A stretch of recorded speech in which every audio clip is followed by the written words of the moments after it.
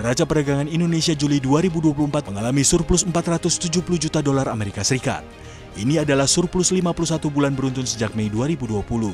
Surplus ini berasal dari sektor non-migas 2,60 miliar dolar Amerika Serikat, tetapi tereduksi oleh defisit sektor migas senilai 2,13 miliar dolar Amerika Serikat.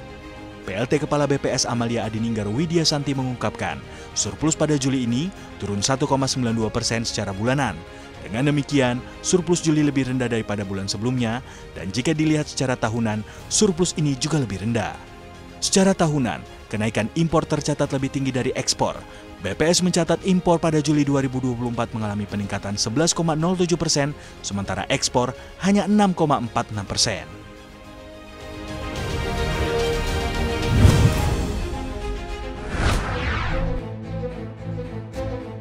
Utang luar negeri Indonesia pada kuartal 2 2024 tercatat sebesar 408,6 miliar dolar Amerika Serikat. Utang falas ini tumbuh 2,7% secara tahunan, lebih tinggi dibandingkan pertumbuhan. Peningkatan tersebut bersumber dari ULN sektor publik maupun swasta. Sementara itu, ULN pemerintah kembali mencatatkan kontraksi pertumbuhan 0,8% year on year. Posisi ULN pemerintah pada kuartal 2 2024 sebesar 191 miliar dolar Amerika Serikat. Lebih lanjut, ULN swasta tercatat sebesar 196,5 miliar dolar Amerika Serikat atau tumbuh 0,3% secara tahunan setelah mengalami kontraksi 1,2% year on year pada kuartal 1 tahun ini.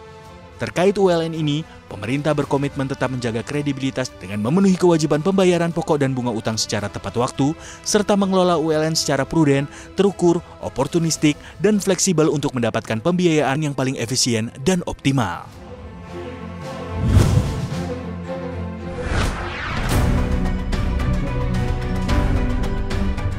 Presiden Joko Widodo mengubah beberapa ketentuan dalam aturan pemberian perizinan hingga fasilitas perubahan modal bagi pelaku usaha di IKN. Perubahan yang dilakukan terkait penyebutan daerah mitra hingga memberikan insentif bagi pelaku usaha. Insentif berupa pengurangan pemungutan pajak daerah bagi para pengembang perumahan. Hal ini tertuang dalam Peraturan Pemerintah Nomor 29 Tahun 2024 tentang pemberian perizinan berusaha, kemudahan berusaha, dan fasilitas penanaman modal bagi pelaku usaha di Ibu Kota Nusantara. Dari ketentuan umum, dijelaskan perubahan materi muatan ini dilakukan dalam rangka percepatan pembangunan dan pengembangan di IKN yang merupakan skala prioritas tinggi serta memiliki nilai strategis bagi perekonomian nasional.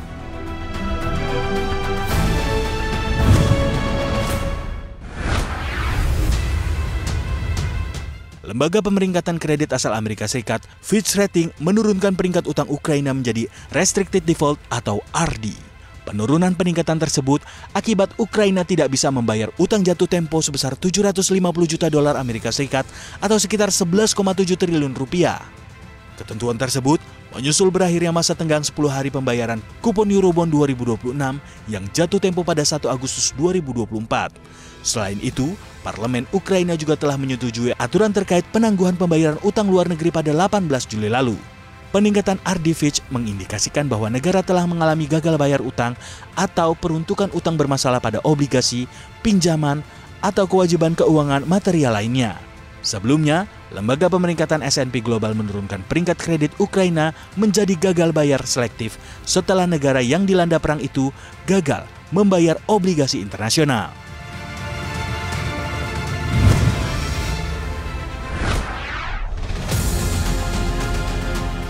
Iran dilanda serangan siber yang masif. Serangan ini mengenai bank sentral Iran dan beberapa bank lainnya. Serangan siber telah menyebabkan gangguan yang meluas dalam sistem perbankan negara tersebut.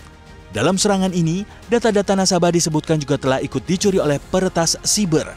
Bahkan, ada sejumlah selebaran di ATM yang menyudutkan rezim Teheran setelah serangan ini. Serangan siber tersebut kemungkinan besar merupakan sinyal dari negara barat kepada Iran.